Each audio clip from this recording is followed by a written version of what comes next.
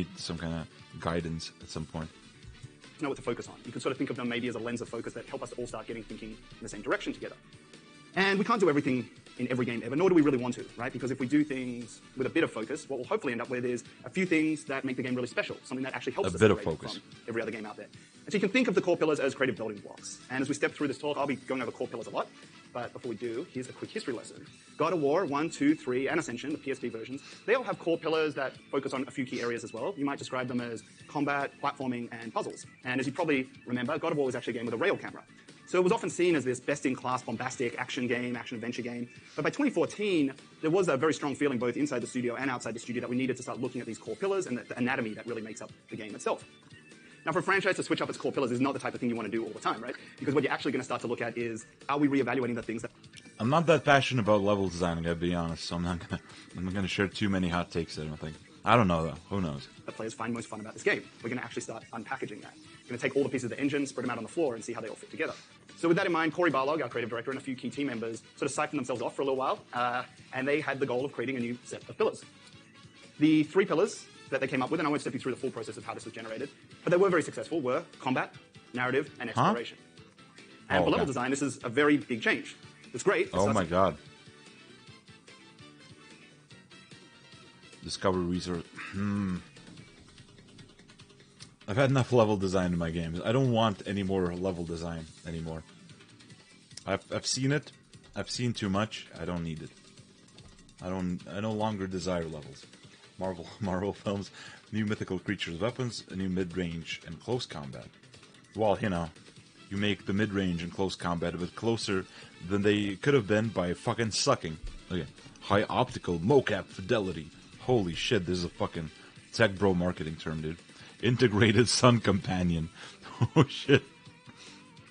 Humanized greatest. Okay, that's discovery, resource gathering, hunt and make, father and son bonding, cerebral engagement. Don't, come on. But also, so what I feel like is gonna happen. This is gonna be treated very literally and very like phase like. Oh, here's the phase where you discover. Here's the and that's like Kratos walking in with his son. Oh, son, we have discovered. Fucking the name of the area flashes. Then like resource gathering. It's like fucking Kratos and Atreus or whatever the fuck his name is. Just run around. Son, we must pick up the item. Yes, Dad, and they pick up the fucking items. Then hunt and make is when you get to a base. Son, we must. Well, I guess they did already hunted. They've hunted. Isn't that just resource gathering? Whatever. Make they just make shit. Father and son bonding is the boat. That I know what that fucking shit is. That's the boat sections. Literally, it's all sectioned off. I can see it in my brain. Cerebral engagement. I don't know what the fuck this is. Never experienced this in my life. To give us a lot of things to start focusing on, but it actually also starts tapping into a lot of things that we sort of lack expertise in at Santa Monica Studio. But it's a good opportunity to start. It's the Batman Arkham flow. Stealth section, traversal section, puzzle section, combat section, repeat for 15 hours. Yeah, but here's even the exploration section, which should be kind of... You would think it would be a lot more non-segmented. It would be like, it will flow from one to another. But here, just... It's like, if you're designing a game with mid-range and close-range combat, you don't want... Oh, this is the close-range combat area. This is the mid-range combat area. You probably want them to, like, organically flow into each other. Same shit with fucking exploration, right? Another problem is, how the fuck are they going to handle discovery? Because discovery feels good if it's... I don't know. With discovery, you need something fucking interesting. You need, like, a meta layer to it, where the player forms expectations, then the game kind of subverts them. That's one of the big fun aspects of Dark Souls is. Like, well, that's why everyone praises the fucking Undeadburg thing, because, you know, you kind of build an expectation from going through the world, and you fucking... You see how the level connects, and it, you know, creates a fucking interesting, like, subversion in your mind, because you're not expecting it, and that then actually becomes... Not only that, but also becomes meaningful, because you have a lot of shit in the Firelink Shrine, so you can come back to it, and it's kind of interesting. But then later Souls games, they took that, they're like, oh, people like that, so why don't we just redo that? But they missed that whole meta element of where you're getting built, where you're kind of, wandering into an area that you feel is not connected to the previous place you've been, and you're like, oh fuck, I wish I was at Firelink Shrine or something like that, and then that gets like subverted. But now it's now Souls games do like, oh, you know, you're traversing a level, you think, okay, it's been I don't know 15 minutes since I've fought a boss. It's about time that I find like a door that I open from the other side, or just like some other type of bullshit that serves as a checkpoint. And then it just becomes a glorified checkpoint. It removes the whole interesting aspect of discovery, because there's no meta brain element going on. There's no cerebral engagement, as they would say. Thinking in new terms and how we take on modern design challenges. Can't keep doing the same thing forever, so how do we start thinking with a new lens of focus? Broom Tower from Dark Souls 2 was nice too. I don't remember it that well. What I do remember is the fucking one of the DLCs with the ice. Because you went through an area that was like frozen, fully frozen, and then once you unfroze it, you're like, oh shit! Now I can explore all these different like your memory of the area got rewarded, and it became an interesting place to navigate. Even though people complained about backtracking, so you know. But if Dark Souls players are expecting that shit, it means they can't do it again. They can't. Well, yeah, it's tricky. They need to create like more interesting, more varied expectations. But they can't keep reusing it, because then yeah, it doesn't work. But not only that, but the way they reuse it kind of misses a lot of the point. Because now, what's the functional difference between opening a gate from another side to a bonfire and just getting a bonfire? Like, what is the function there? Same shit. What is the function? What is the function of opening a shortcut to Firelink? Oh well, now you can like talk to the NPCs. You have access to shops. You have like a familiar area that branches off into other areas. So if you want to visit the church, you can do that. You want to visit the priest guy, you can do that. So you know, there's a lot of like real practical purposes shortcuts in Dark Souls 1 that is not there at all with Dark Souls 3, for example. You can start asking yourself, all right, well, what would Combat 2.0 even mean? How does this work with a new camera? How do encounters work? How do we build fight spaces? Sure, a lot of people say they want to be a modern narrative game, but what does that even mean? How do you tell stories? Cerebral engagement is throwing the axe at a switch that only activates when you throw the axe at it. Hell yeah. Components that come together to make that happen. And a lot of people think of exploration as in the larger spaces, but how big is too big? How wide is too wide? What do you even do other than just...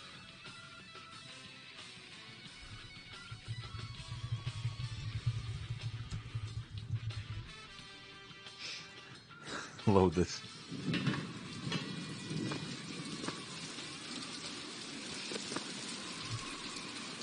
Wait a minute, that card. Oh shit. Cerebral.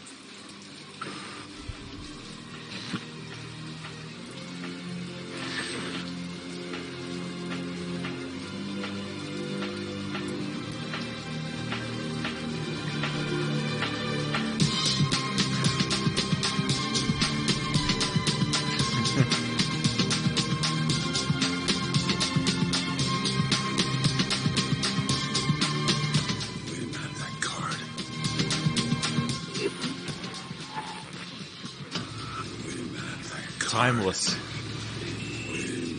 Just as relevant.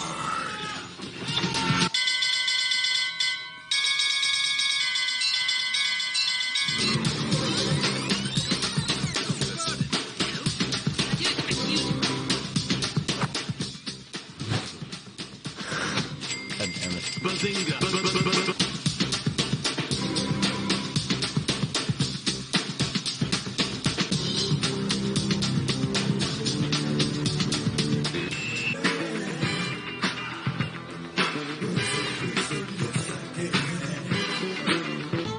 So real. Oh, God bless. This just it's fucking stupid. Alright. Exploring or roaming. And of course, at the center of all of this, you have Kratos and Atreus, trying to tell a father-son story. So you're trying to take combat, narrative, and exploration as your first pillars of focus. And at the center of it, you're trying to think of how this will all tie into a father-son Age is story. like fine wine. Here's a quick version of Vision Book. Time. This is the one that Corey put together. Well, this is the same exact fucking time. If anything, I kind of like games nowadays more. Like the fucking. Imagine if God of War was made back then. It would not. It would have the suck to target, but it wouldn't have the thing where you push an enemy to where you're looking. So whatever. It was the same fucking bullshit back then. I don't know what people are talking about. Like I hated the 2010s. I hated them so much. I think it was fabulous. The first half, anyway. In fact, you can see all through the book. The industry never recovered from that vid. Combat narrative and exploration True. are very heavily represented. In fact, Corey believed so strongly at these three pillars that you pretty much can't get a cup of coffee at the studio without having to look at it, which is a particularly good way to start sort of brainwashing everyone. And I know this is something that designers really respected. The fact that Corey stayed to these three pillars gave us some really strong anchors through the project that we could work on. So, with these three pillars in mind, as I step through the presentation, start to try to think about combat narrative and exploration. The half that gave us Skyrim and Mass Effect 3, yeah, whoa. Wouldn't want to hate on that shit. This Fucking Skyrim, dude. Fucking what a piece of shit fucking game. At least we got some good Eurojank from back then, fucking Gothic. Oh, not Gothic. Risen, fucking Risen. The It classic. did take a long time to put together. You know, we spent Wait, no, Risen was 2009. It wasn't even. Yeah, fucking nothing. We got nothing. That's what we got. We got like the Order 1886 or whatever the fuck it was called. Some Uncharted games. Fucking The Last of Us. Whatever. time tuning. That's what we got. Even with We these got great pillars the Bionic Commando remake. That's what we fucking got. that we could focus on. But the thing that's great about this level is when it came together, it sort of became a fully architected expression that delivered on combat narrative and exploration. We got And Lords most of importantly, Shadow. it proved to us that is if what you we got. distribute those three pillars correctly, you can actually deliver on the variety of pacing that we're looking to master. Not just an action game and not just an adventure game, but a real mix of action and adventure, right? So let's take a look with a bit of a deeper dive how the game and how the level. What did we get from 2010 to 2015? Dark Souls, BB Bayo 2, and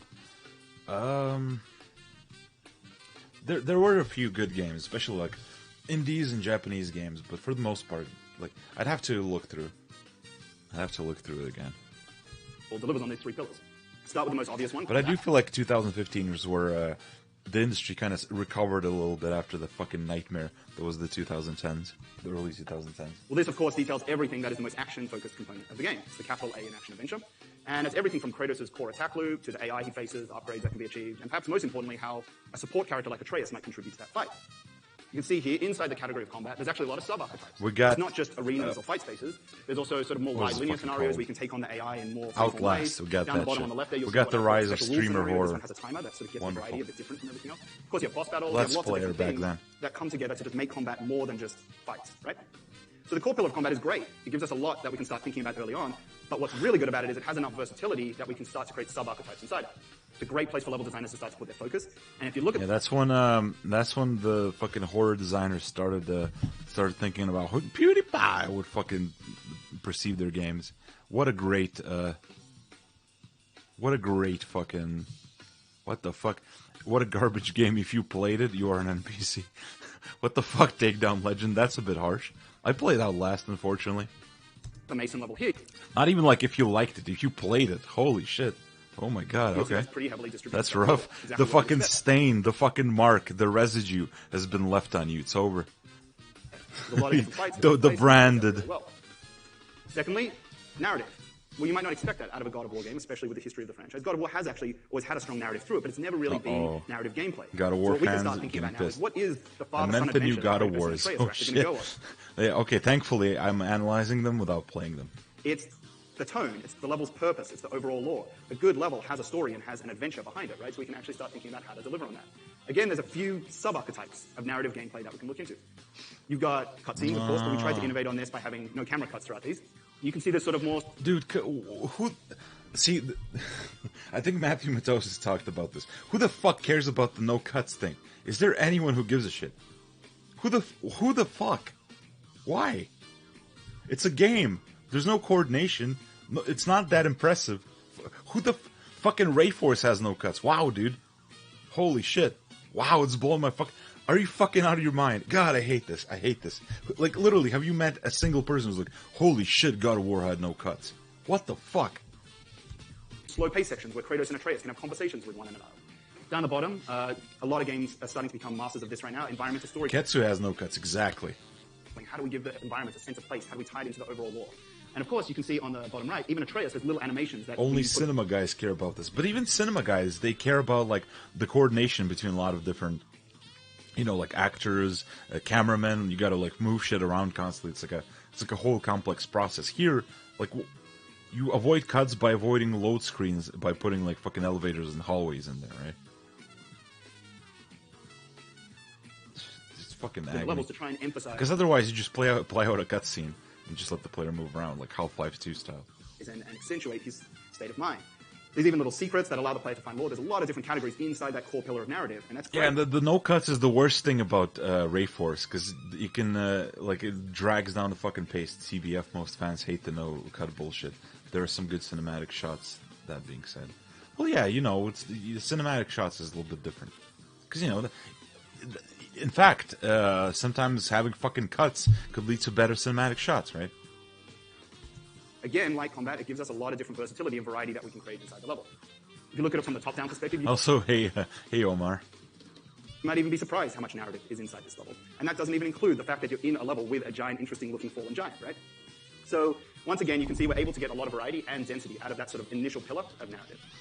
And rounding out the three pillars is exploration. And this is what I would consider to be the most complicated of the three pillars. The pillar of exploration is great. It represents the desire for larger layouts, sure. It represents the desire for more wide linear spaces, of course.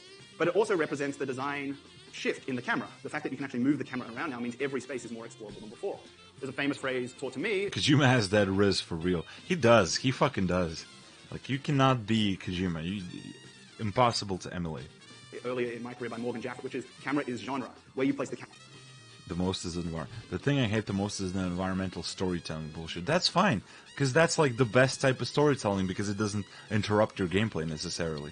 You can just ignore all that shit and you can fucking run through the arenas fighting dudes, or you can like stop and look. I guess it's not like out of all this. Like, would you rather have that or fucking walking talking sections? I'd rather have some environmental shit. Personally, I don't know. This was impressive in PS2 era, when cutscenes were kind of better than gameplay graphics. Yeah, exactly. No, you can't bog. These days they make entire areas just for environmental storytelling. Dear fucking god. Camera is possibly what type of game you are making, right?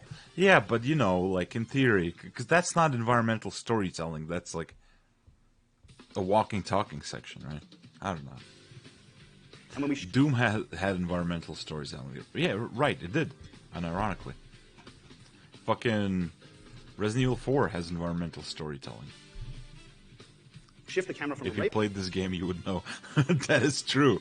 If I played the fucking game, I would know. camera Probably. game to a full Probably, 3D possibly. game. Now we have very explorable game just through the perspective of the camera.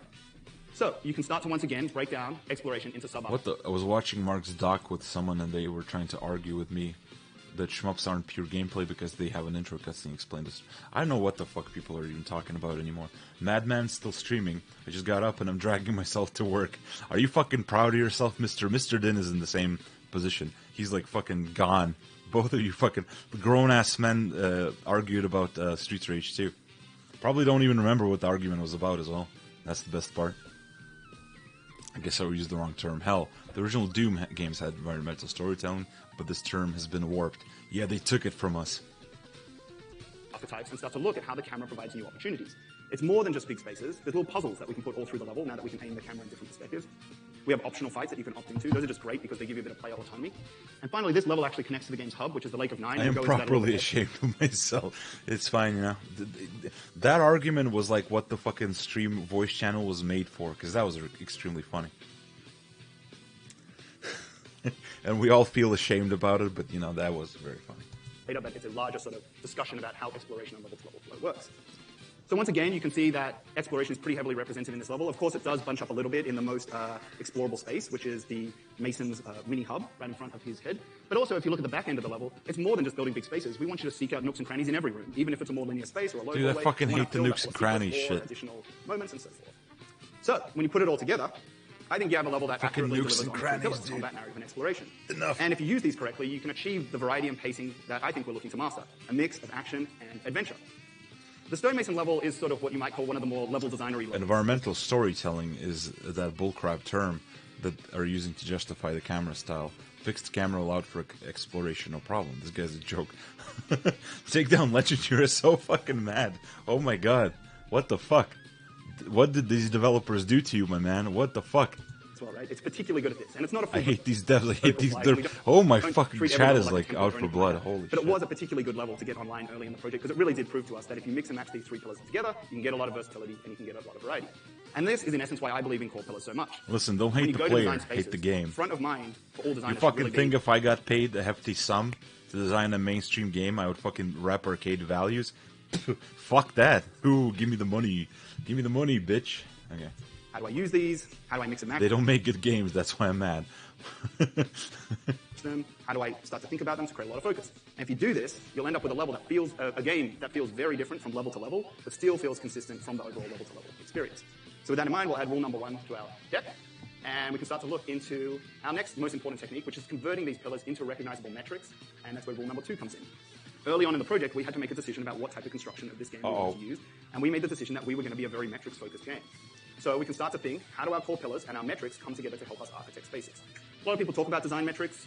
What does it even mean? Quick definition.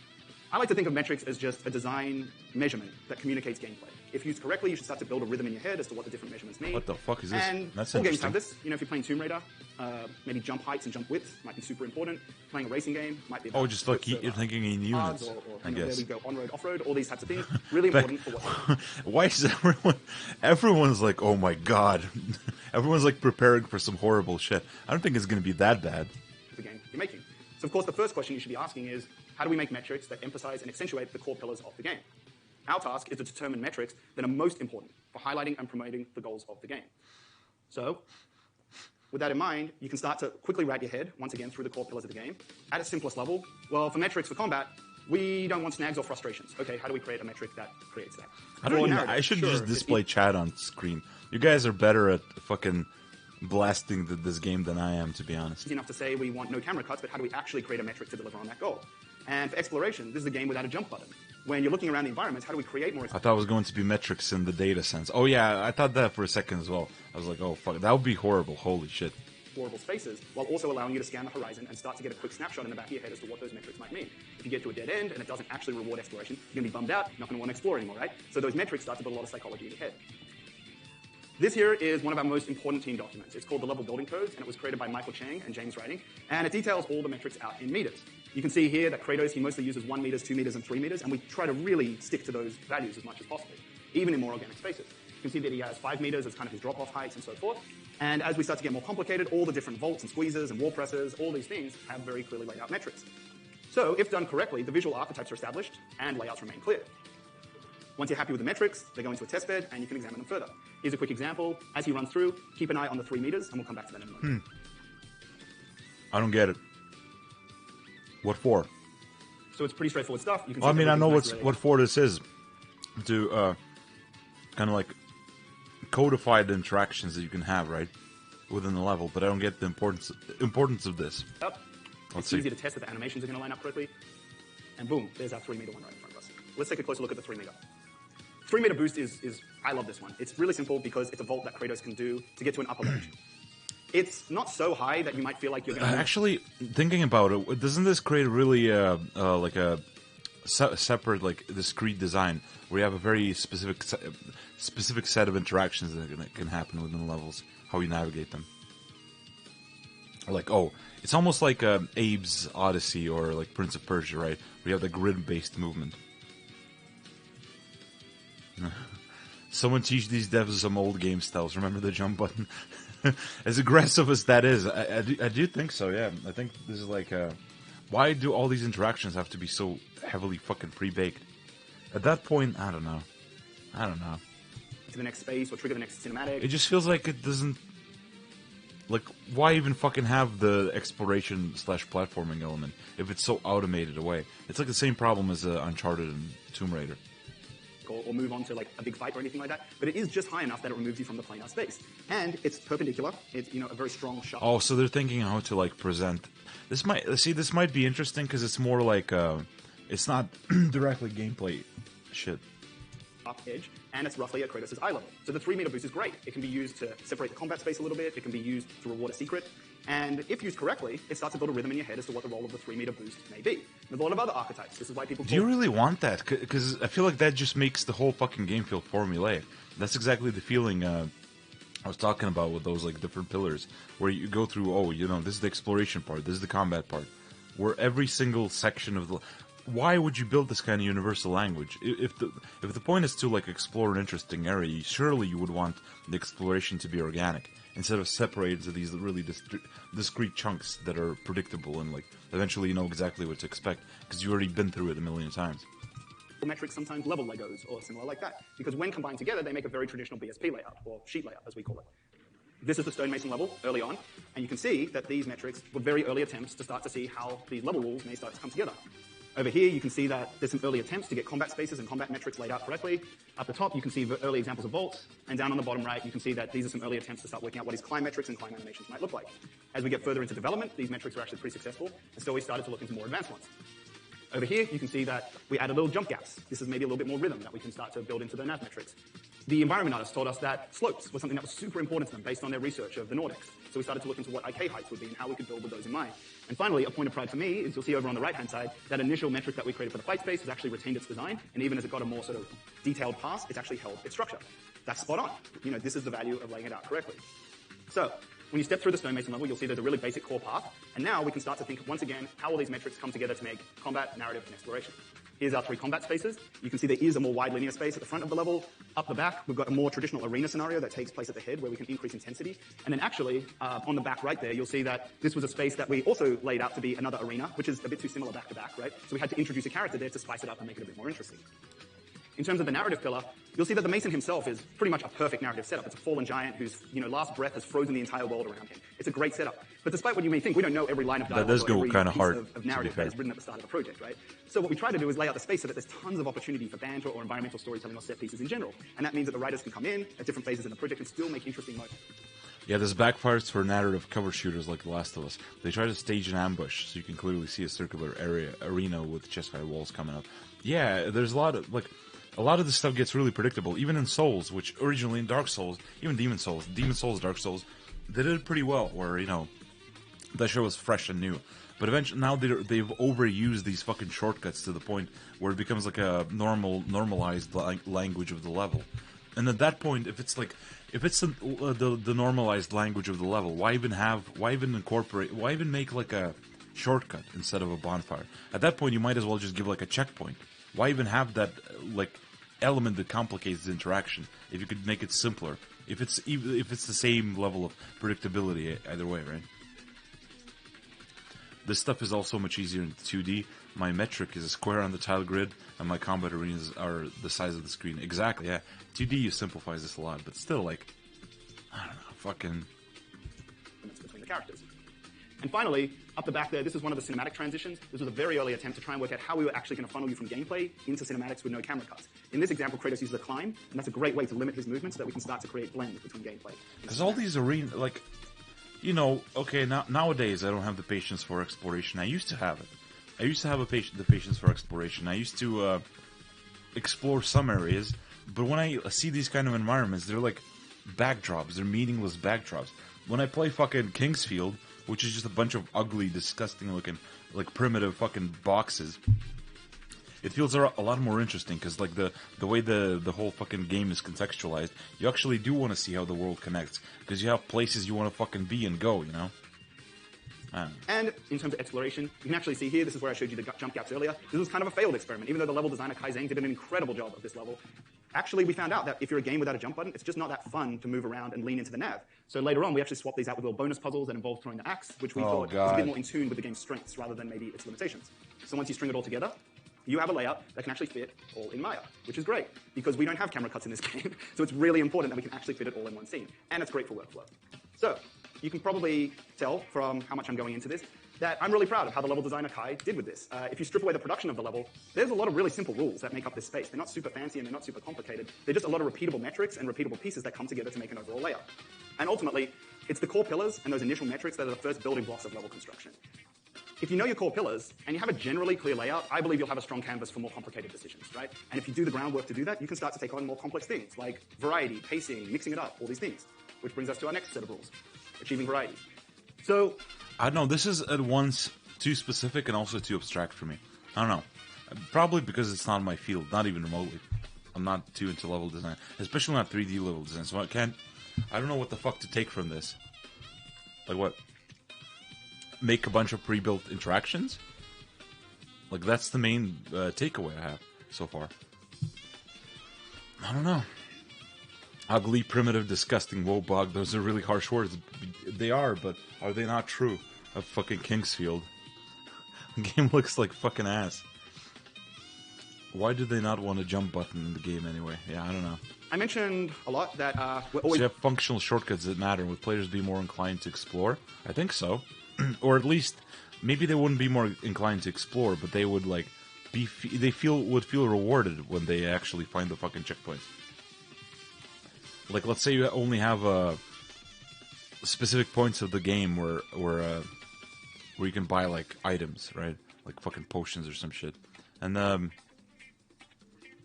potions can be a limited resource. So the players would like, and the game is difficult, of course. So the players actually want to buy potions, but they, the further they drift away from like a central point, like the shopkeeper or whatever, the more nervous they would get, the more stressed out they would get. Like, okay, if I want to go back, I'll have to go through a bunch of hell to get back. And if they discover a shortcut, it actually does feel good because now they have access to that fucking shit, that items, potions, whatever. Hello, potion seller. I'm going into battle. True. Yeah, I don't know. Like it needs meaning. Otherwise, it really is like you gotta ask, what does this accomplish that a fucking checkpoint wouldn't? And in Souls, a lot of those shortcuts, like nothing, they do nothing. Or like a teleporter, right? You know how in the Castlevania games you have those fucking blue rooms with teleporters? Like what would the shortcut accomplish that teleporter wouldn't? Looking for the Wouldn't accomplish better. mix of action and adventure, right? Never leaning too hard into what am I taking action getting to from PvP, the and never leaning shortcut? too softly into the adventuring elements. And since the game's been out for a while now, we do hear from players that they feel like it has a good mix of scenarios, including combat, narrative, and exploration. I just am having a hard time thinking about a meaningless shortcut. Think about any fucking shortcut in Dark Souls 3. I'm trying to think of a single one. Try to think of a single one that where if you put another bonfire, it wouldn't be better. Even shitty Skyrim dungeons have a shitty... Oh, you mean... What? Meaningful? How? How are they meaningful? You put another fucking bonfire there, you basically get the same thing. You have a checkpoint and teleporter. I mean, what's the difference? Literally just... You can teleport between the fucking bonfires, so why not just do that? The only problem is, it takes a bit longer, but, ideally you could speed that up and effectively have the same shit. DS3 messed up with warping, so shortcuts are more or less smooth. Yeah, not only that, but even, like, a lot of the shortcuts literally aren't even, like, they're not to some kind of area that you would want to revisit. They're like, oh, this is a faster way to get to the boss. That's called a fucking checkpoint. So, It's awesome. I'm really glad to hear that, and you never know until the game ships, right? So when you hear that, you're very relieved in some ways. And also players often tell us that they feel like it keeps moving from a moment-to-moment perspective, that it stays fresh. So with that in mind, I want to detail 2 rules that I think are really important for achieving variety. The first is that all levels sort of promote or sell a major theme throughout the level. I'm fond of saying good levels have a strong theme. So, put simply, to create a theme or variety, there has to be some kind of unique gameplay element, something that acts as a start point or an inception, maybe like a nucleus for an idea. And our hope is that will give us a breadth of different scenarios that we can create. And once that unique gameplay element or that unique level toy or whatever you want to call it has been established, it sort of becomes an anchor for the level. If you establish it correctly in the level and you teach it correctly, then we can be confident that we can start throwing more complex scenarios at the player and more complexity and more variety at the player through the course of the level. And once you've got enough of these scenarios strung together, you got a theme, right? So that brings us to our second rule. All critical path levels unlock a new ability. Put simply, these are distributed about every 90 to 120 minutes or so. And I wonder how much of this formulaic approach to level design is just because they don't have direct access to, like, the combat design. Oh, fuck, now I'm wondering, right? Because, a lot of these games feel very segmented and very non-integrated. You have, like, these, like, exploration segment, combat segment. And I'm wondering, because I'm looking at this, and they're kind of like... The way they design levels is like a post-processing type of thing. You're like, oh, we have this set of mechanics. We can't really mess with them too much. Maybe they don't even have that much of a set of mechanics. They kind of have to like pre-plan it before the mechanics are decided, and then the designers like fucking figure shit out, right? It's very strange. It's very like I get the feeling that a lot of the process limits what they can do. I don't know. And as above, these are the unique gameplay elements that drive the theme throughout the level. Most importantly, since the new ones are Did anyone remind Bach to keep an eye on his blood pressure while watching this? locked every now I'm not that mad. I'm not mad at any of the God of War things. It's just, you know, they're just a reflection of the industry, and it's kind of interesting. 90 to 120 minutes, it helps the level to make it feel different from the one Chad before. is way more Helps the level fucking to mad make it than I feel am. different from the one Not mad, after. not mad, A lot of good not mad, variety not and mad. A lot of blandness, right, which is always a little bit of the fear. Making bland levels is not great. So you pair these two rules together, you got a basic flow. Every level unlocks a new ability, and then we can use Ragnarok definitely felt like a set of interlocking, fabricated combat and puzzle arenas. Yeah, a lot of games nowadays feel like that. It almost feels like, I mean, probably is like that, where different sections are designed independently, and you just get this kind of disjointed feeling instead of it feeling integrated. Chad is ability to drive a unhinged. theme throughout the level. And once we know our unique ability, the level designer can sort of go hog wild. We can start to think about Out of how this fucking mechanic control. will work with combat, narrative, and exploration. If it's a really great mechanic, it should be able to talk to all three of the most important elements of the game. Personal favorite of mine is the hook shot, right? Everyone loves the hook shot. You can use it to navigate, you can use it to fight, you can grab rupees with it, you can solve puzzles with it. The hook shot literally talks to everything in the game that is the most important elements, and that's why it is so meaningful to the player. And so, if paced correctly and the items are meaningful, then players will actually get excited and anticipate the next big unlock. So here is the ability that's utilized in the Stonemason level. It's called the Shock Arrow, and Shock Arrows are super basic. Shock Arrows are Do they? Ah, fuck. Yeah, this might be, it's like one of those things, you know, where I'm completely out of touch with normal players, because I don't get excited. It's like, oh, a new item. Time to try fucking using this. Time to try using this nearby. Fucking magic arrows that Atreus can fire Pain. at red crystals, and they go boom. That's pretty much it.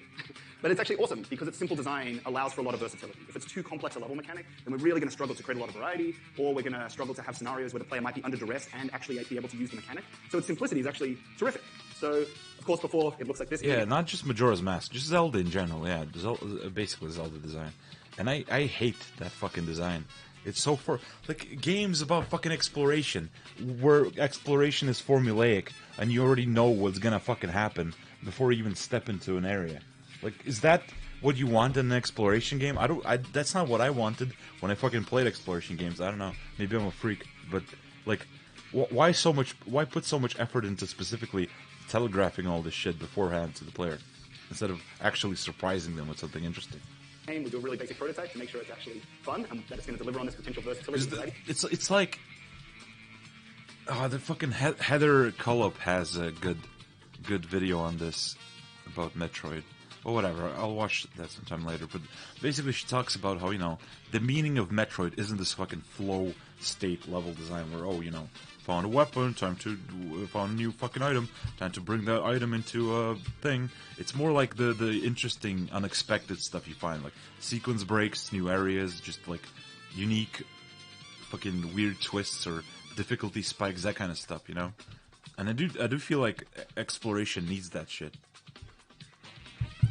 My best recent memory in exploration is an indie game called Lunacid.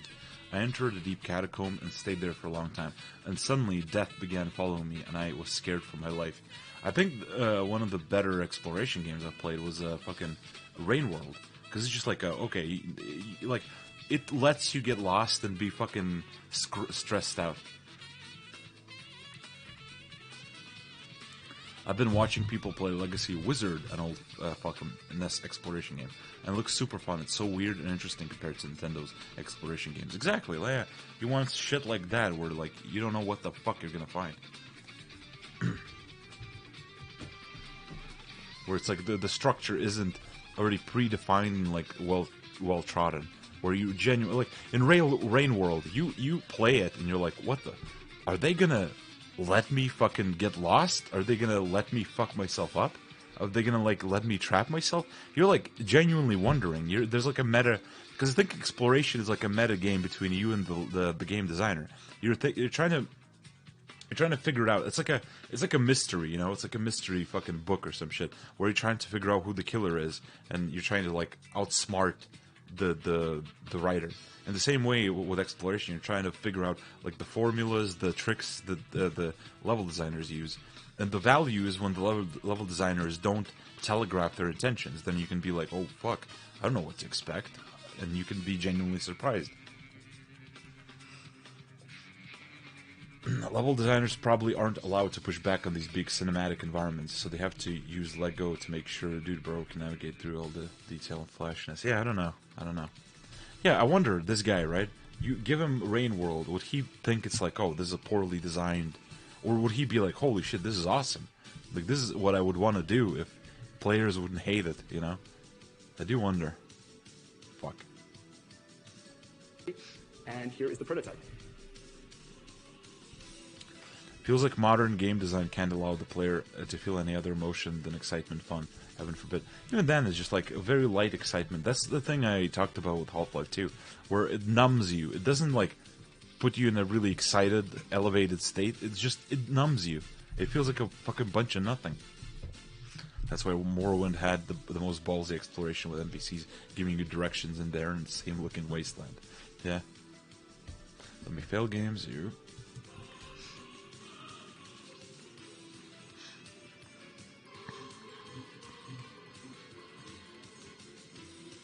He would get lost and think it's bad design, like when Jaffe, I think Jeff, whatever, shot on Metroid Dread.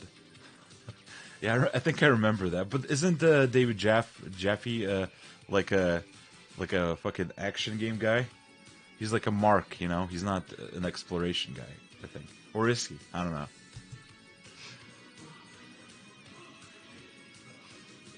All right, don't say that.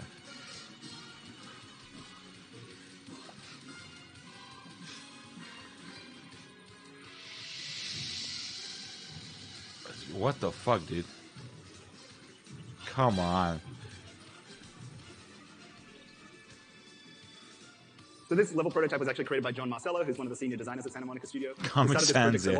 They know what they're doing. As the prototype, and everyone thought it generally had potential. So from there, it went through some additional iterations to find out what the best controls and rules would be. We have a whole systems design department that are really masters of this domain, and then as level designers, we try to use those mechanics. But eventually, it was sort of determined that it would be even cooler if Atreus could help you out, right? We might get back a little bit more combat, exploration, and narrative. Maybe we can actually get father-son connection out of this mechanic as well. So it was added to Atreus' bow. Basically, you press square, and Atreus fires the arrow for you. It's pretty simple, but as I mentioned, our desire is to create father-son connection and also... But you had like that... You had that mechanic where possibly you could use the fucking environment and, you know, oh shit, I didn't expect the rocks to fucking reassemble them somehow. Now you have a fucking red door, essentially. Just a red door. Like a Metroid red door. That's all this is. No. Give the level designers a lot of versatility in scenario design. As you can see here, this mechanic is awesome because it can be used on tons of different stuff. I turned my son into a key. Exactly. Your fucking son is now a key. And the red material, which does actually have some narrative in the game. Your son is a missile launcher from Metroid. That's it. Roots of the Yggdrasil tree. So between visual development and the level mechanic team, and between the level designers and the environment artists, we're able to create tons of versatility as to how this red sap or this red material can be placed around the level. Spot on. Because that's the thing that's going to allow us to create an established theme throughout the level. In addition, it was... Integrated Sun Companion. Thought that we had a pretty good mechanic, but that we could get a bit of additional play out of it, once again, to push variety. So there was the decision made to add a throwable element, which is awesome. Now we can have static scenarios, and we can have scenarios that allow a bit more player creativity. And finally, once we're really happy with it, late in development, we polish it so that it can accentuate its role. I've seen so many games in this game that I've played. The like the Evil West is basically this game. More, tiny bit arcadey. And you can also see that as you pass the camera around this object, it has a little bit of sheen on it, so that it's likely to just catch your eye as you move the camera. So let's take a look at one of the scenarios in the level and how it works with the core pillars. Once again, try to think of this in terms of combat, narrative, and exploration. I'll start with narrative here. This sort of concept of a puzzle is great for slowing down the player and just having narrative moments in general. The concept of a puzzle is great for slowing down the player, right? In fact, maybe after a little while, the AI partner can even give you a hint. This scenario is also terrific because it's been fabulously integrated by the environment art team. It's actually the ring finger of the giant, so it foreshadows the narrative that you're going to see further on. And you may not know this, but all the runes on the ring were actually translated by someone, so they all actually have real meaning if you go back and translate them, if you're really into the narrative of the game. So in terms of exploration, well, you can see here he's blowing up an additional secret, and that may not be exploration per se. See, even the ring runes, right? You think, oh shit, that's like if it's shoved in your face to that extent, it's like, oh, please translate, please translate. And imagine if you had these ring runes, but they were like a background element in the distance. Someone who discovers that and translates them, they'll actually feel, you know, like they're discovering something. They're not just like, oh, you know, because we know that the fucking designers wanted everyone to translate that shit. We know by how he's talking about it. You know, everything interesting is shoved in your face, and you know that kind of goes against the idea of discovery to begin with. I think. It's not a super explorable space. You didn't find a hidden dungeon or anything like that. But really, it's kind of more of a concept of quote unquote thinking and quote unquote problem solving is a great way to slow down the player. True, the average gamer fucking crumbles at this as soon as they encounter thinking, me included. It's a tutorial for exploration. It's teaching you, keep an eye out for future scenarios like this, and keep your brain checked for shock crystals, because shock crystals can equal secrets, right? And so this is a little bit of a gimme, but it does train you it's just tedium. And finally, for combat, well, the shock arrows are really great for combat in general. That was already thought of because Atreus can actually use them in combat scenarios, give you an advantage. They have a whole skill tree. This is where I love this scenario, because if you actually fire a shock arrow in combat at the ring, you can get an AoE and you can actually blast the AI. So everything starts to talk to each other, and you can even sort of experiment with it while under duress. That's part of the advantage of it being so simple. Now, you may not remember these scenarios. I actually showed you them at the top of the presentation, but a lot of the scenarios I showed you actually had shock crystals in the background. Let's take a look. You'll see that Void Stranger is a true slowdown game. Yeah, it sounds like it. Holy shit, dude. Where it's just in the background. Maybe it well, that is like an actual exploration game, because I haven't played it, but the way people talked about it, it's like you're unwrapping layers and layers, and you're like, oh fuck, you don't expect most of the shit you find, right? It's like crazy fucking shit, like crazy meta stuff. And that's an actual that actually feels like exploration. This doesn't feel like exploration. It feels like fucking grocery shopping, you know. Oh, you know, you gotta fucking stop at this aisle. It's got a bit of La Mulana. Yeah, La Mulana or the Environmental Station Alpha, right? You get a bit of damage if you're experimental. You can see that it can be used for throwable puzzles in the top right. Down below, it's actually used for a shock crystal chandelier section. And the thing that's sort of nice about the shock crystals is even though they are kind of big and glowy, we're able to get them into a lot of the environments, so they can even be in the background of cinematics without being like... Yeah, level design has a general problem of just increasingly becoming more and more formulaic, to the point where just like it fucks itself over. And I want to stray away from that shit somehow. Take a look at it from a top-down perspective. Not by a secret. Once again, you'll see that the shock arrows are really nicely distributed throughout the level. And I love that, because that is the thing that is making it a theme. Some players even called it the shock arrow level when they would come out of playtest, which if you're a level designer is the real compliment, right? When they ignore everything else and just talk about the mechanics.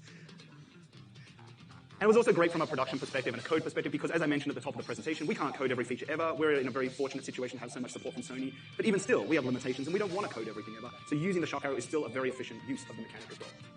So you can probably tell from my pride and joy with all these scenarios that I think the level designer Kai absolutely crushed it. I think this is one of the best themes throughout the game. This is what I love about level design. And he really nailed the flow. Level unlocks a key item, and then the level uses that item to create a strong theme throughout the level. But there is an additional detail to this. As I alluded to, every level unlocks a key item, right? And that starts to touch on how we think about more of the level-to-level experience and what the overarching experience is. So with that in mind, the next rule is all about creating a format. What is a format? Some people talk about format maybe like structure or something like that.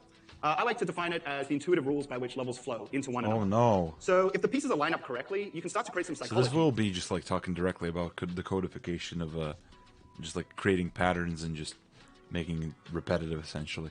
And a mental layout. And players can start to identify. I remember playing Portal 2 and that same guidepost, the puzzle... that game guidepost, the puzzle answer is so hard, it feels like it plays itself. Yeah, even Portal 1 felt like that to me, I believe. Just... it's really fucking annoying, because, like, it's the same thing as with combat, right? With combat, like, you want to explore the system, and you want to get challenged, and you want to figure out the fucking solution, but then the game just, like, suck the target or put the weaknesses in the fucking system. So it feels like whenever you explore, you can explore the periphery of the combat instead of the main meat of the combat. You're like, oh, you know, within this limited set of, like, weaknesses, this fucking, like, color coding shit, you can also sometimes do some other extra stuff, and it's like, okay, yeah, you can, but, you know, like, the main meat, I want the main meat, I want the meat. And same with exploration, where it's like, just, you know, some stuff is like, you discover some stuff, but the main meat of exploration is really formulaic and just preset and segmented. identify with how they'll engage in sessions and how they'll play levels. In God of War, there's actually like a lot of different types of content. There's critical path levels, there's exploration levels, even little puzzles that are optional. There's actually entire areas you can discover on your own. So it's really important that we start to build some expectations in the player's head. If you enter a story mission in a game, how do you know intuitively that you're going to maybe start like 60 minutes worth of content and start to get into it? There's some psychology and consistency. Well, why would you? It's an exploration game. Explore. Come on. Pointless. Pointless. Fucking pointless. No one will ever do this. Except, indies like Rain World, which have fucking actual exploration that feels like exploration, or Void Stranger as well. Modern level design is making the player play like the devs want, like brainwashing. It's just making them. It's like numbing them. I don't know. Everything's predictable, repetitive, like hammered in, whatever. Within the game to start establishing that rhythm in your head. I don't think the level design itself looks bad. It's just that there's not much you can do with Kratos exploration. Well, like the looks of the game are good, yeah. It's just the way the whole thing is structured in terms of like the overall experience, right? That's why I brought up Kingsfield. That game looks ugly as fucking shit. But the mechanics and the flow of the experience actually makes it kind of interesting to explore and find shortcuts and all that shit. And if you go down a side path and you think to yourself, oh, awesome, here I go, down this little side path. I know the main path's over there. Well, that means it was a correctly signaled B path. That means it was correctly set up through the level design to intuitively let you know that you're going down the side path, not the main path. Regardless, in God of War, we are often described as maybe having a bit of a Metroidvania element or something like that. Oh god, I fucking hate Metroidvanias. It's the Ubisoft fucking version of 2D platformers. It's like the Ubisoft open world like the indie equivalent of the Ubisoft open world, where you just fucking create the most formulaic, boring, shitty fucking game with like the most soulless fucking like artificial feeling exploration imaginable. Like every single game is like the progression is the same, the fucking movement acquisition is the same, every fucking thing is the same, and they pump these fucking games out nonstop. And it's miserable. I used to like Metroidvanias. Now I despise them. Now I fucking hate them, just because they're all exactly the fucking same. Like the ones that break out of that mold are usually not even Metroidvanias. Like again, Rain World. Like you could maybe call the Metroidvania because it had some of those elements, but not really. Like it actually breaks out of that fucking mold. So, again, Dark Souls as well. Originally, because when Dark Souls came out, Metroidvanias were already like fucking popping off properly. I was playing a lot of them, and you play Dark Souls, you're like, oh, holy shit! Oh, this you can have like fun sequence breaking and meaningful shortcuts. And now every Metroidvania, what do? They didn't like take the basic idea like, oh, we got to build a meta layer that makes finding shortcuts rewarding. Or they didn't do any of that shit. They literally just copied Dark Souls. Now in every game you have like persistent fucking levels and like a shortcut to the boss. It's like, what the fuck? At that point, just give me a save point, whatever. Same shit. Often hear from players that they know when they can continue the story and when they can go exploring, which is great. That's exactly what I'm looking for. So our next rule works with all the previous rules before it to try and create. The player can't even be allowed to think, I hope I'm going the right way for even a few seconds. They have to know it's the main path or side path. Exactly, yeah. Like, again, Rain World. Fucking you explore, you're lost, you have no fucking idea. You don't know if anyone playtested this area before. You have no fucking clue. Like, it legitimately feels very organic. Like, like actually wandering around, you have no fucking clue. Those expectations and deliver on those results for the player. It's really simple. It's just about giving the player a clear exploration break.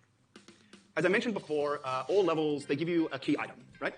And our exploration break is the opportunity for you to experiment with that. It's the thing that lets you know that it's time to go and use it in a more playful or freeform way.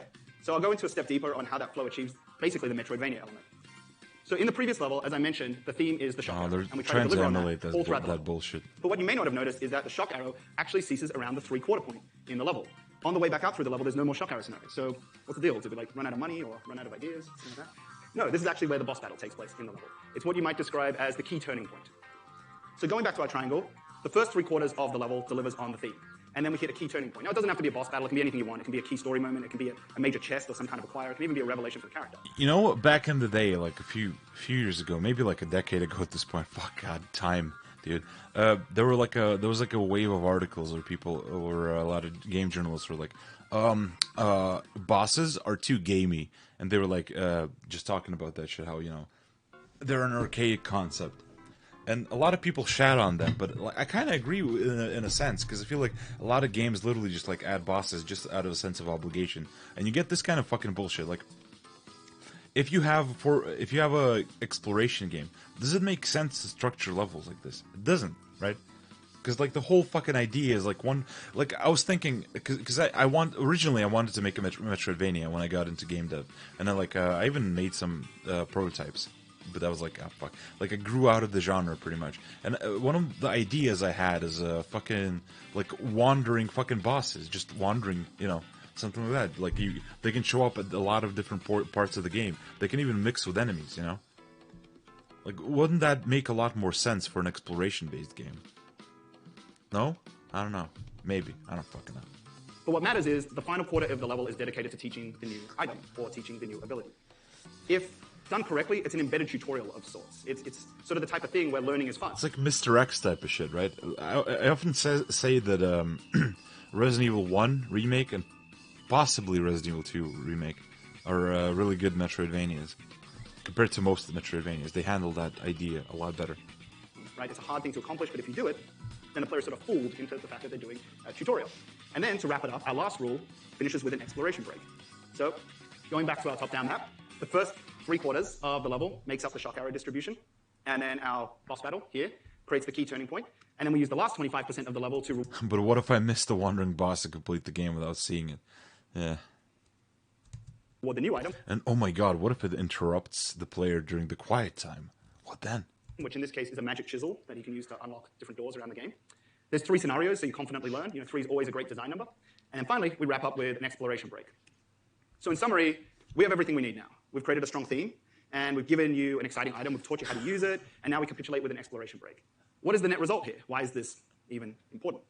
Well, it creates a very natural motivator to explore. Wait. You are excited to go... The music has run out. Uh-oh.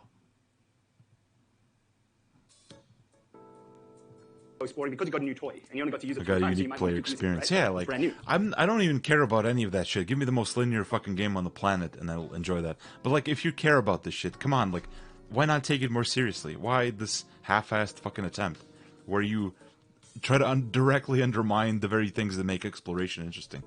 And you're motivated to explore because you might have actually seen areas in the game that use this ability. That's great level design if we can plant it in your head as you go. And finally, you're given a very clearly signaled break. You don't have to worry. You know that this is a good time to explore, you know that this is a good time to go off the path, and you know this is a good time to confidently explore and experiment. Why? To put it simply, Emotions. It actually takes a lot of mental load. God fucking forbid that you feel things in the game, right? God forbid you worry or like wonder or just, you know, are confused. God fucking forbid. To plan a path around an exploration space, to navigate by POIs, to look for secrets, to find things. And I want you to use your entire mental energy on that. I don't want you to be wondering if you know how to use an ability or if you know if it's the right time to be exploring. So by threading you in the back part of the level through the tutorial experience, we can make sure that when you go exploring, you have everything you need. Are Yakuza fans still upset about Spike Out? Were they upset about Spike Out? I've seen like a couple, but is there like a mass movement of the Yakuza fans being fucking butt mad about Spike Out? Because that's funny. To the hub. Now here's how we achieve a format. You stack a few of these triangles back to back, and you have a consistent format that can be used to inspire and motivate from a level-to-level perspective. Our first level Inspire and starts, motivate. we teach a theme throughout the level. Inspire and motivate. Is it inspiration and motivation, or is it compulsion? Is it building like a habit that with fucking just empty incentives and just like a fucking rat in a maze? I don't know. We hit a key turning point. You have to reward a new beat item. it for a trophy, I think. Beat it? What do you mean beat it? You don't have to once you see it, do you? Jesus. We give you a clear break to explore. That item is then reutilized through the next level, so we can get a lot of value out of it. We keep pushing the theme throughout the level. Boom, key turning point again. Just as you're getting fatigued with that item. You can only play one game for the rest of your life. What is it? I don't know. It's got to be some kind of fucking shmup, right? I don't even know.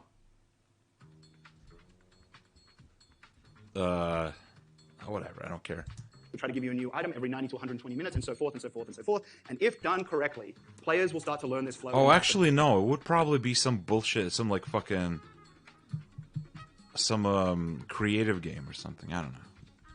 They hit. If there's ever a pacing dip, or they feel like maybe they're tired of something, they will be excited and inspired about the next big item, or the next big unlock, and the next big ability. The promise of new and cool items also comes with the promise of varied themes and varied scenarios. Because we've shown you that these new items and abilities give you lots of different gameplay in the different levels, the flow is motivating. And most importantly, we can actually use that motivation to prioritize exploration. Here's a quick example. I want you to watch what the player does here. Oh, God. Oh, this is... No. I recognize that fucking shirt and just shape. I recognize that fucking human. I recognize that fucking specimen on my screen. Oh, no.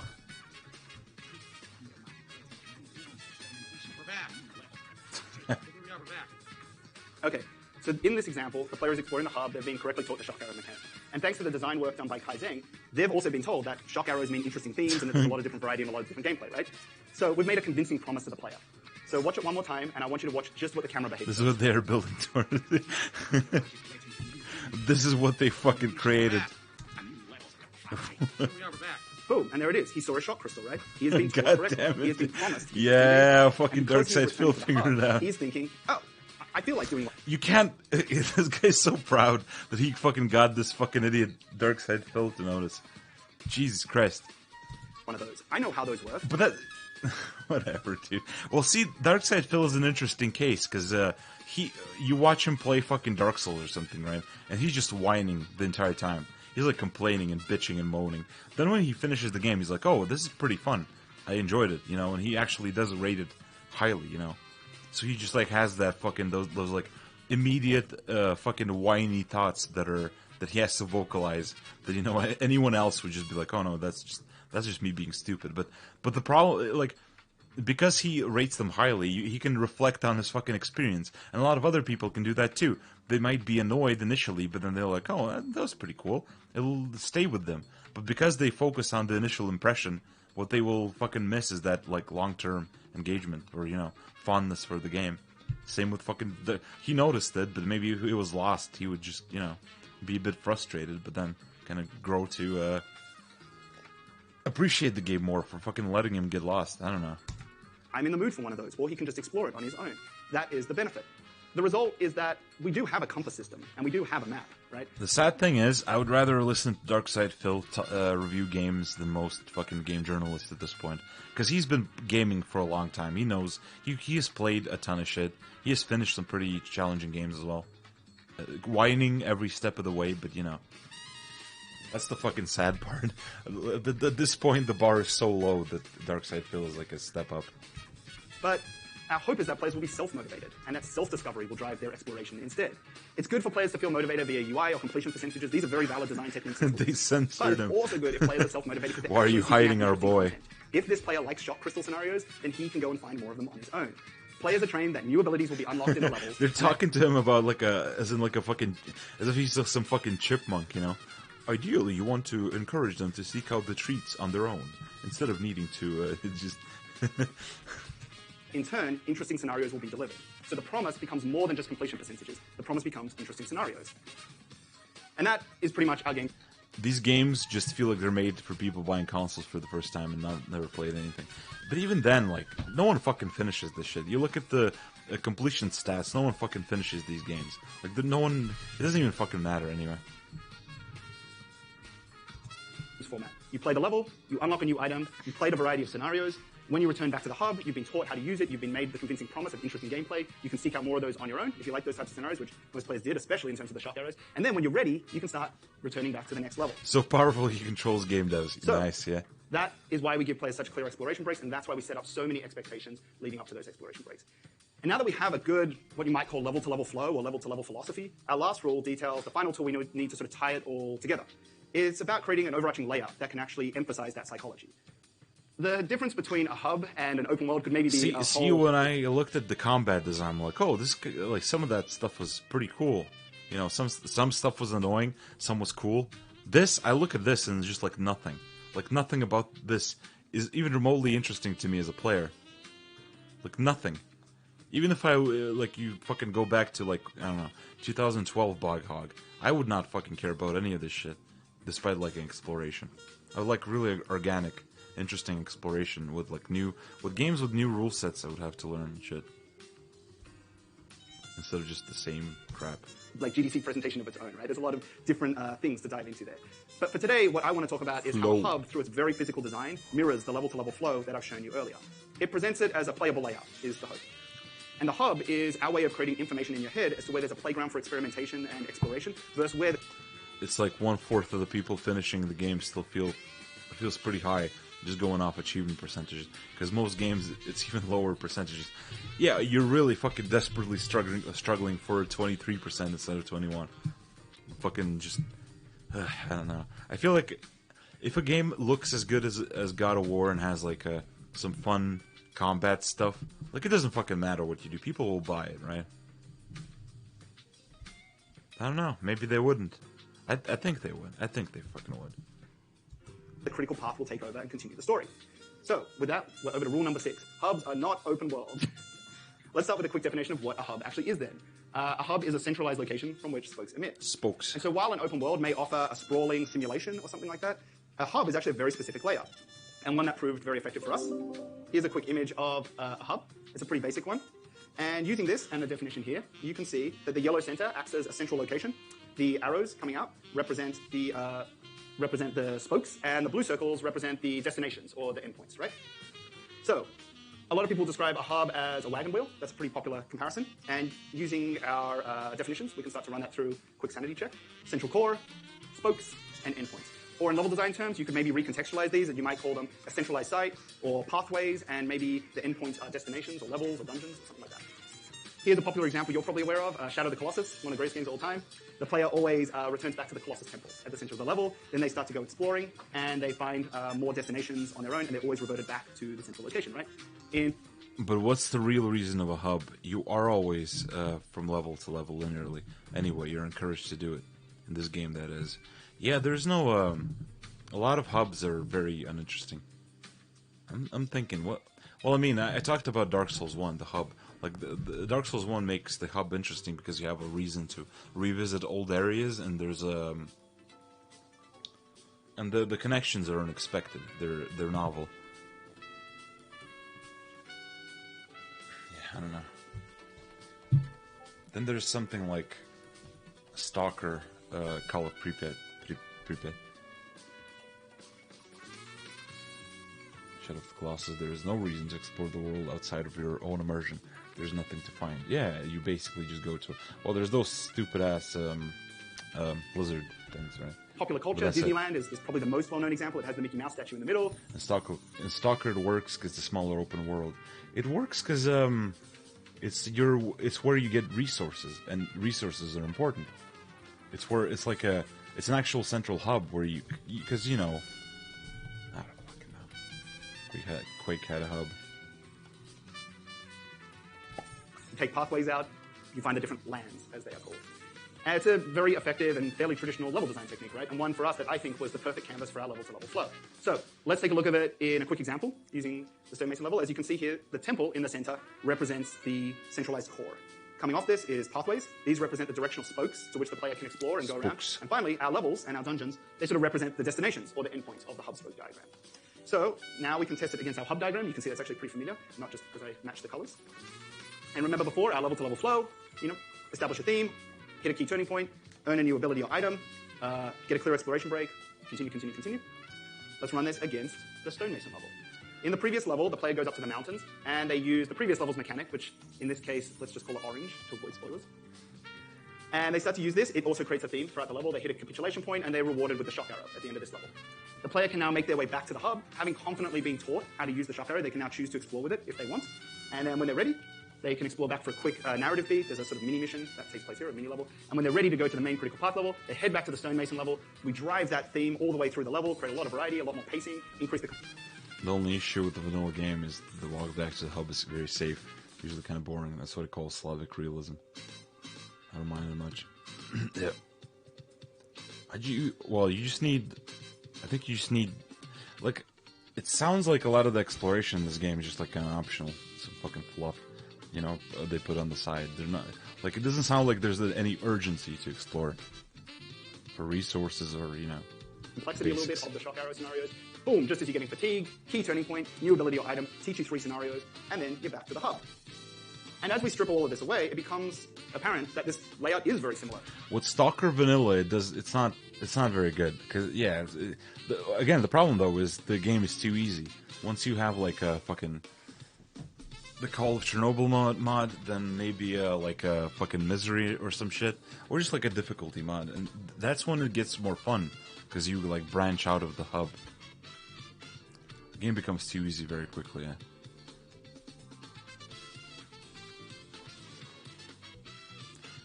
They talk about it like you're going to finish the game in one sitting. A lot of modern level design is a little bit like that, yeah. Where they're very afraid of you turning off the game. Well, I believe the Lake of Nine was great at delivering the goals of a hub. And it's this hub design that, in turn, is really successful at achieving the sort of Metroidvania element that people often enjoy in this game. So, there's your hub. And with that, we're back to our rule slide. I'll add it to the annex. Let's go through all of these, and I'll quickly recap. It's also a good time to mention that these are actually sometimes really good design priorities. As you step through a really big project or a lot of work, you can also start to think of these as maybe the order of operations that you might want to take experiences on in a game. Up front is just about how we start to think together and how we work together to start creating some focus as a design group, whether that's technically designers or just people who we work with. Rule number 2 represents our desire to represent those core pillars as metrics. How are we going to construct effectively and consistently amongst one another? Rules 3 and 4, it's all about the backbone of creativity and the backbone of variety and pacing. Rule 5 ensures that we have clear exploration breaks and that levels flow clearly from one another. And finally, our newest rule number 6, it's sort of an overarching wrapper or an overarching layout for the whole experience. And with that, we have a game. But since it's GDC, and since we're here to learn about the tricky nature of development, I'll now step back through all of these and show you where they all broke. And not just because there was bad design, or not just because something was wrong. Sometimes it's also an opportunity. Sometimes maybe a problem just didn't work out the way we expected, or sometimes it's just common sense, right? So here's rule number 1. What you might have noticed is that this game has a lot of puzzles, and puzzles are not represented anywhere in the core pillars of the game. So what's the deal? Are puzzles a core pillar or not, right? And this is a question that took us up. Metroidvania level design is represented by the wheel, like in Buddhism. The point is to transcend beyond this trash. 4.5 years to work out. So even though the puzzles take a lot of work, and even though they do take a lot of playtesting, they're a great addition to the game because they let us tap into the 3 pillars of the game in really great ways. I like to look at the puzzles in terms of sort of emphasizers or subcategories of combat, narrative, and exploration. As I mentioned earlier, puzzles are great for just slowing down the action in general, so we can get a lot of narrative between the characters. There's a lot more father-son teamwork in a puzzle, so that can be a good way to emphasize that pillar. In terms of exploration, puzzles often make us rethink the space, so they keep us in the space a little bit longer. At Santa Monica Studios, we truly do have some of the best environment artists in the world, so we're always looking for ways to get the player to soak in the space just a little bit more and try to appreciate the spaces, not blow through them too quickly. I don't know. Like, do you soak in the space or do you tunnel vision onto a different set of? Do you like opt into a different set of tunnels? It would be nice to react to Mayo's review of Shredder's Revenge. Yeah, maybe. Slow down the action. Slow down the action. Stop. Don't say no more. Fucking get it. Yeah. Yeah, I don't know. This kind of stuff, it feels like, it's just like a different set of fucking tunnels you're opting into. Because I don't feel engaged when I do these fucking puzzles. I do feel engaged when I actually have to pay attention to my environment to explore. There's no, like, clear fucking signposting. Puzzles actually teach you to learn. I'll show you one more time this scenario. This one is early in the game, and it's actually tuned a little bit difficult. Why? Because we would rather that you fail on the scenario a couple of times and learn how to throw the axe more effectively so that when you step into the more complex scenarios in the game, you have trained yourself how to do something that doesn't really exist in any other game. Throwing an axe and recalling it is fairly abstract. It's something that makes this game unique. And so by tuning this puzzle just a bit difficult, we can be guaranteed that sort of the types of players who will engage with stretch content or more complex content are also the types of players who might train and master more complex mechanics. So in short, puzzles will be part of the game, but they're not a core pillar. Number 2, we are you fucking real? So the Norse landscape itself is really organic and really mysterious, and that was one thing that was very obvious to us from day one.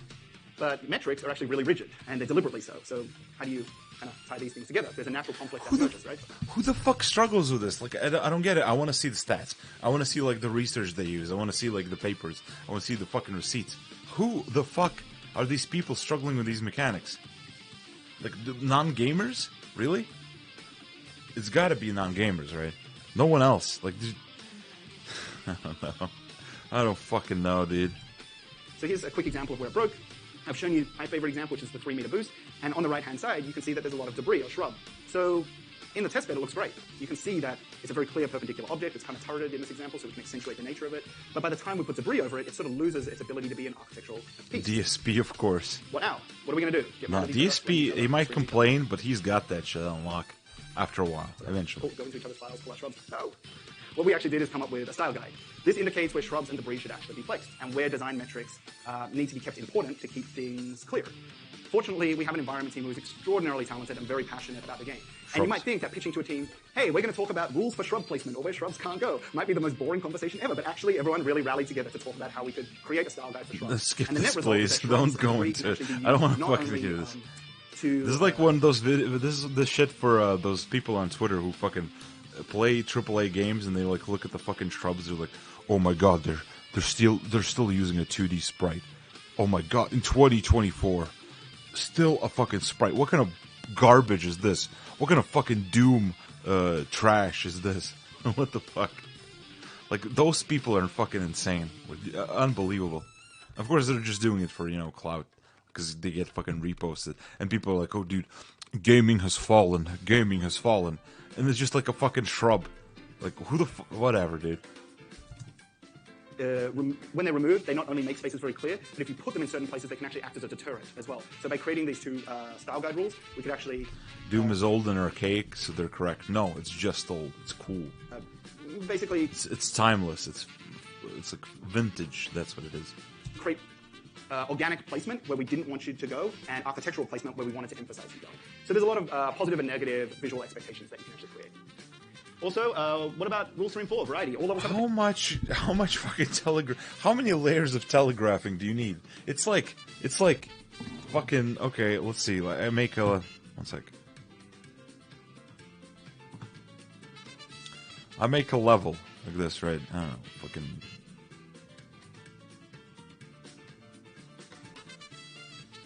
Some bullshit. And it's like, okay, well, this is, there's a single side path. How many fucking ways of telegraphing? Oh, I know. How about if I put lava over here to funnel the player towards the good paths? Wait, no, this is too much lava. Hold on. This, ooh. Now we can have lava over here as well. Fuck.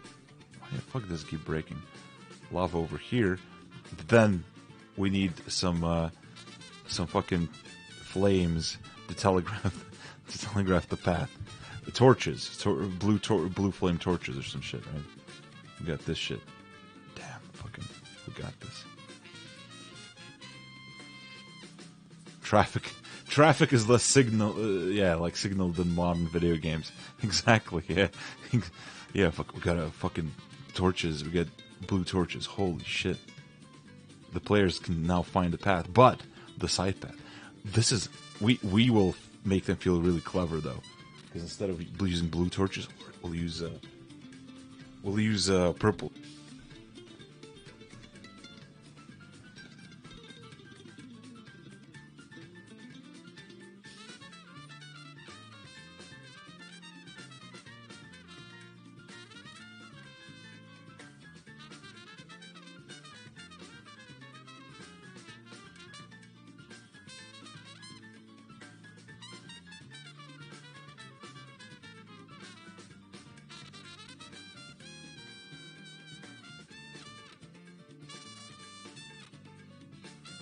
My bad call. Okay, we're back.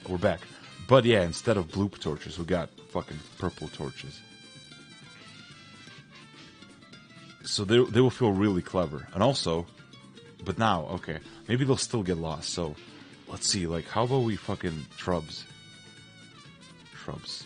Just put the fucking shrubs in here. Just to make really sure that they fucking... Like, how many fucking layers do you need? Also, of course, the game has like a proper compass that shows you where to go anyway. Fucking.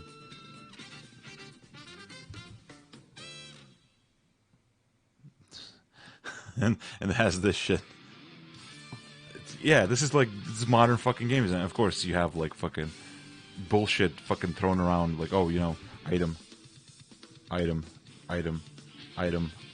chest, item, whatever. Obligatory waterfall. Well, okay, that's kind of cute, but the rest is whatever. Theme, right? Not in the back 25% of this game. I'm not going to spoil anything for you, but the reason is twofold. Like, what's the deal? Did you run out of money again? Did you run out of ideas? Was 4 years too long to make a game? Did you not want to go to 5 or 6? No, we don't have an unlimited budget on features, and we do try to use them as effectively as possible. Tim Rogers calls it trinketities. There we go.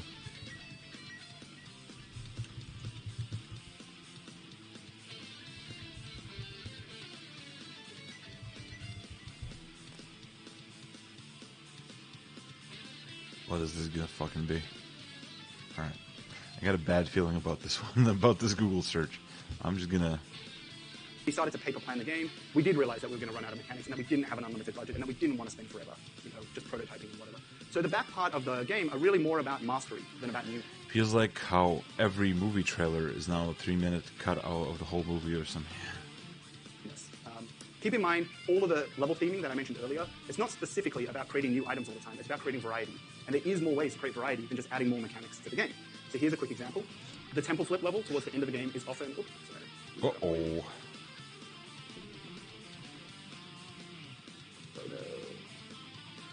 Well, the temple flip level of the game is actually often described as final exam. And what that means is that it uses all the previous level mechanics of the game together. And so, let me get this back up and running. I think it crashed. Oh, there we go. It's part of his Final Fantasy VII Remake review. Basically, how modern games feel the need to always put useless trinkets behind every corner. Yeah, even Souls, it used to be good about this. Dark Souls 1, Demon Souls, they used to be good about this. Like, oh, you have some items. Generally, like, you had some shitty pickups, but generally they were like pretty solid pickups. Like a weapon, like a fucking those Estus Flask upgrade items, shit like that. If you saw like a white thing, like a white spirit thingy, then you knew it would be something cool, like at least decent usually. Fucking in Dark Souls 3, there's shit fucking everywhere, literal fucking rubbish. In Elden Ring, it's exactly the same. There's fucking shit everywhere. Like most of the shit you're picking, I'm not even like checking it anymore. I'm like, oh, another fucking useless, worthless fucking item. Like I'm not even gonna read the descriptions. Just like fucking busy work, assembling some trash. So in this example, it's the only time in the game where Crusher Trap and Shock Arrow are used together. I hate that. The reason for this is that the Crusher Trap is a one-hit KO. And so when we combine these two things together, It's just they use a different this constant need to like feed you fucking bullshit. Because God fucking forbid, there's so many elements going against each other. It's unbelievable. and more. Yeah, that's true. I never thought about why I thought DS3 was so much worse than the previous two, but now I feel vindicated. Yeah, like it becomes a fucking slog to even memorize those fucking games. Like when you do replays, you're like, fuck, where the fuck are the items that I even wanted to pick? I could not name you a single location of any item in Elden Ring. Not a single one. Okay, I know one. I know that the fucking doppelganger summon is in the bridge thing. I'm trying to remember anything else, and I've got fucking nothing. Like, meanwhile, in Dark Souls, you go in the bridge, Claymore. It's like immediately, it's tied to this really specific set piece and challenge that you passed. You fucking, a lot of the item locations are interesting. You fucking. Even the Blighttown fucking Estus Flask upgrade material, you at least you see like the dog running around on the fucking wheel thing. There's something interesting everywhere. Yeah, Zweihander is in the graveyard, of course. Then you have like the fucking scythe and the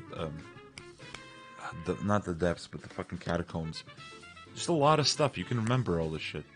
It didn't take long to remember. Now it's just fucking memo all these fucking items. Variety, like a million items. Combination of those two elements.